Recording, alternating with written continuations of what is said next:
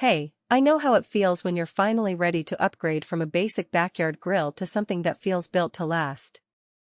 You start digging into built-in gas grills and suddenly realize every model has a catch. Either the BTU numbers look impressive on paper but the flame spread is uneven, or the price jumps once you add stainless trim and a warming rack.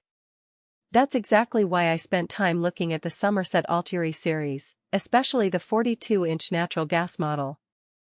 If you're considering this one, you probably want a grill that doesn't just sit in the yard but actually fits into your outdoor kitchen flow. Link is in the description if you want to check the product details on Amazon. One of the first things that stood out is how this grill is designed to drop into a cabinet cutout like it belongs there. If you've ever tried to force a grill into a space that wasn't meant for it, you know how frustrating that can be.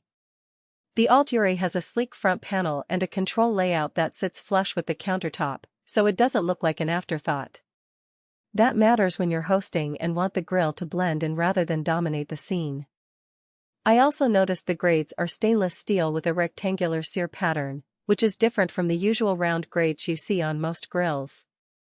That design actually gives you more direct heat zones, so you can sear a steak on one side while keeping burgers on a cooler part of the grate.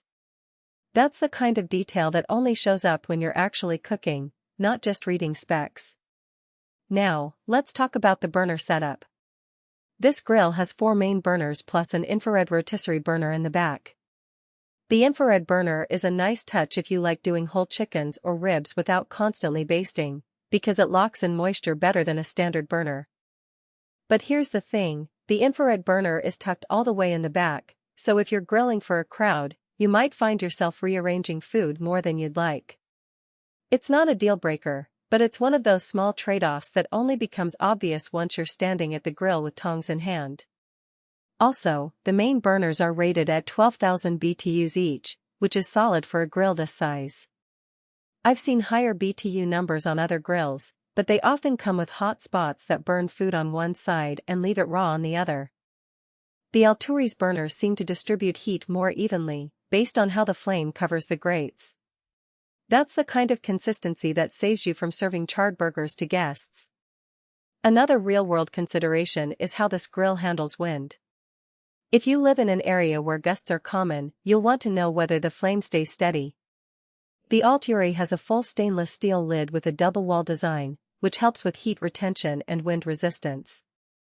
I've used grills where even a light breeze would cause the flames to dance, but this one stays pretty stable. That said, if you're grilling in a completely exposed patio, you might still want to add a windbreak or position the grill so the opening faces away from prevailing winds. It's not perfect, but it's better than a lot of built-ins I've tested. One thing that surprised me is the grease management system. Instead of a standard grease tray that fills up quickly, this grill has a deeper grease trough that runs along the back. It collects more drippings before you need to empty it, which is a small convenience but a big deal when you're in the middle of a cookout and don't want to stop. The catch pan is also slide out, so cleanup is straightforward.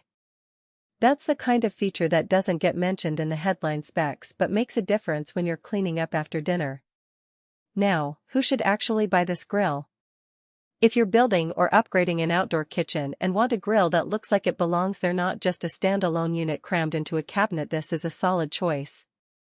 It's especially good if you cook for 4 to 6 people regularly and want reliable heat control without overcomplicating things. The natural gas hookup is convenient if you already have a line running to your grill station, so you won't need to swap propane tanks mid-cookout. On the flip side, if you're someone who loves experimenting with different heat zones or doing advanced techniques like reverse searing, you might find the burner layout limiting. The infrared burner is great for rotisserie, but it's not as versatile as a dedicated side burner or a grill with more adjustable flame control. Also, if you're on a tight budget, this grill sits at a higher price point than basic built-ins, so make sure you're getting the features you'll actually use. One last thing to consider is the assembly. Built-in grills aren't plug-and-play.